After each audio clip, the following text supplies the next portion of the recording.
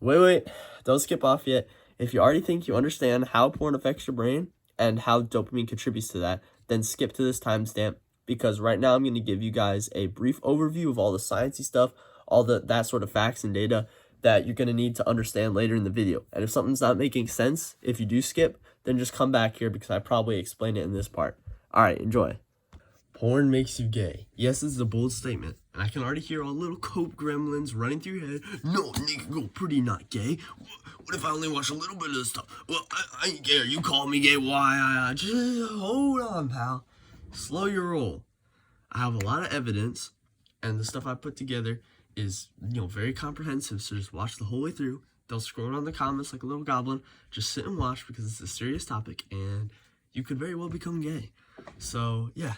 As a side note, I didn't even realize how long this stuff took to put together until I actually tried. So, anyway, let's get into the video. Mwah. Alright, so to understand how porn will make you gay, first you have to understand porn. Basically, porn has one drastic effect, which in turn causes more damage. So, it damages your brain in this way, which in turn has like two effects. So, what does it do to your brain? It literally shrinks your amygdala. A study on the effects of porn by the NIH found that, quote, we found a significant negative association between reported pornography hours per week and gray matter volume in the right caudate. Functional connectivity of the right caudate to the left dorsolateral prefrontal cortex was negatively associated with hours of pornography consumption. So basically, your amygdala shrunk, and then the connection from your amygdala to your prefrontal cortex also shrunk. So what does that mean? Well, the amygdala controls a lot of things, but the two that we are interested in is the ability to control your emotions and your learned behaviors through rewards and punishment or sacrifice. It also controls your learning addictions. The amygdala is responsible for addictions, basically. In addition to the amygdala shrinking, the connection between it and the prefrontal cortex, which is the region responsible for making decisions, also shrunk. So the guys that watched a lot of porn basically shrunk their brain.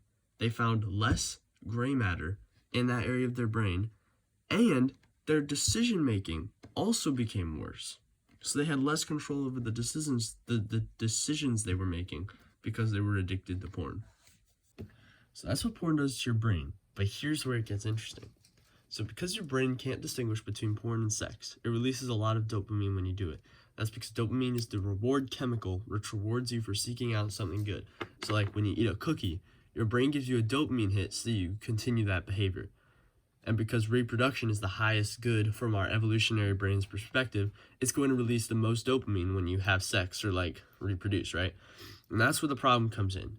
Your brain can't distinguish between pornography and actual sex with a real person, so it views porn as an endless amount of sexual partners with unlimited variety, which means that it views it as the highest good. So when you watch porn, your brain wants nothing more than for you to continue watching or to watch again later. So it releases a metric butt ton of dopamine. Now, your subconscious is very encouraged to do that activity again, and because porn is not sex, there are no limiting factors like, consent or something. So as long as you have a Wi-Fi connection in a computer, you can fulfill this desire over and over and over again until, boom, you're addicted. And this brings us to the second thing that it does to you. So because you've been feeding this addiction for so long, you've exposed your brain to more dopamine than it was designed to handle, and it stops releasing as much when you watch the same porn because you've been desensitized to it. But your amygdala also controls your emotions, and here's where it all comes together. So what happens when you mix a new emotion with something that you become desensitized to, such as disgust, shock, surprise, starting to sound familiar? Well, the novelty of that new thing shoots back up. So now your dopamine shoots back up. So instead of watching a man and a woman go at it, maybe you're watching two girls or a guy and two guys or something like that, right? And before you know it, you're watching transgender animated dogs, bro. So side note, this is literally how furries are made. Alright, so if you stuck around this long, I thank you. We're almost there. I know I haven't gotten to the gay stuff yet, but this preliminary brain science is going to be very helpful in understanding where I'm going with this video and so I had to get it all out of the way in case some people didn't understand it. But before we talk about the gays, I have to get one more thing out of the way. That way, when I tell you all of the gay stuff, it will all click together because, I've actually, done a lot of research. So, who watches the most porn? This ain't a secret. We know it's the boys.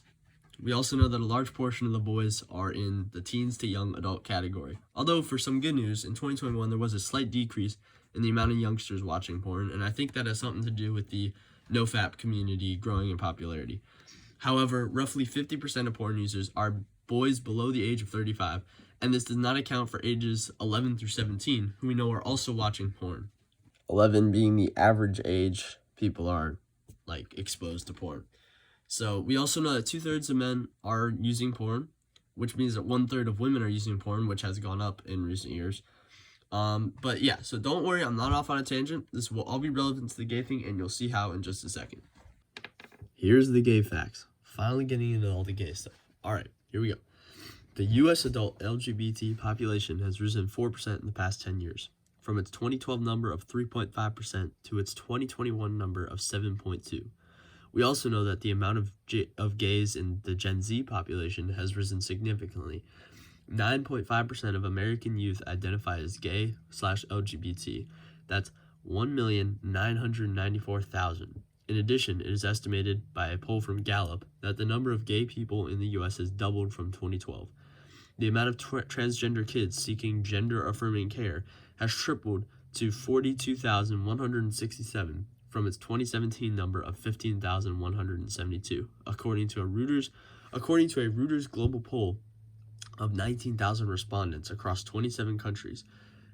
The Gen Z, 18% of Gen Z identifies as gay worldwide, and in countries like Germany and Brazil that responded the most gay also had the highest levels of porn consumption.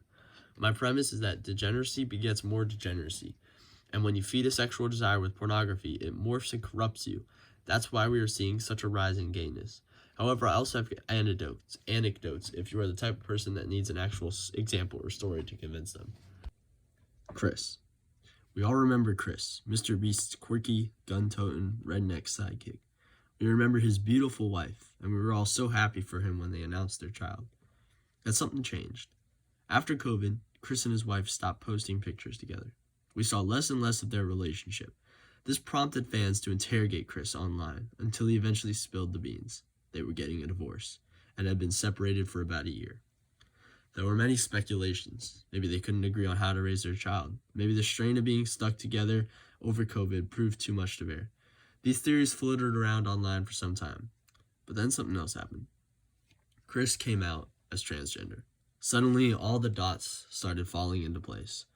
We know of Chris's rampant porn addiction from this 2020 tweet that was later deleted. The type of porn he refers to here is a degenerate form of animated child porn, pedo porn basically. I think this post was a veiled cry for help as Chris slowly descended into the madness of gender dysphoria, and I follow Michael Knowles' take on the matter. How can someone go from a redneck, gun-toting, Trump-loving family man to a single, gender-confused pervert? I think the answer that so many people are unwilling to accept because of its implications, is pornography. But if this sounds far-fetched, then listen to this young man on the Jubilee video asking teen boys what you're too afraid to. From personal experience, it messed me up because after watching it so much, I'm sure we've all been there where you're on page 5 and nothing is right. You're looking for that right video, but your dopamine receptors and everything is so messed up at this point that the same thing that would get you off wouldn't get you off anymore, right? I went so deep into it where I'm a straight man, I started watching trans porn because it was just erotic in a different way that I've never seen before. I needed more stimulation. Because of pornography? Yes, because of pornography. So I don't think it's just entertainment, it actually affects with your brain and the way you perceive love. In closing, I thank y'all for watching the whole way through, and I hope you've all learned something. If you'd like to support the channel, please subscribe and like, but most importantly, please share this video with a friend who needs it. Mwah.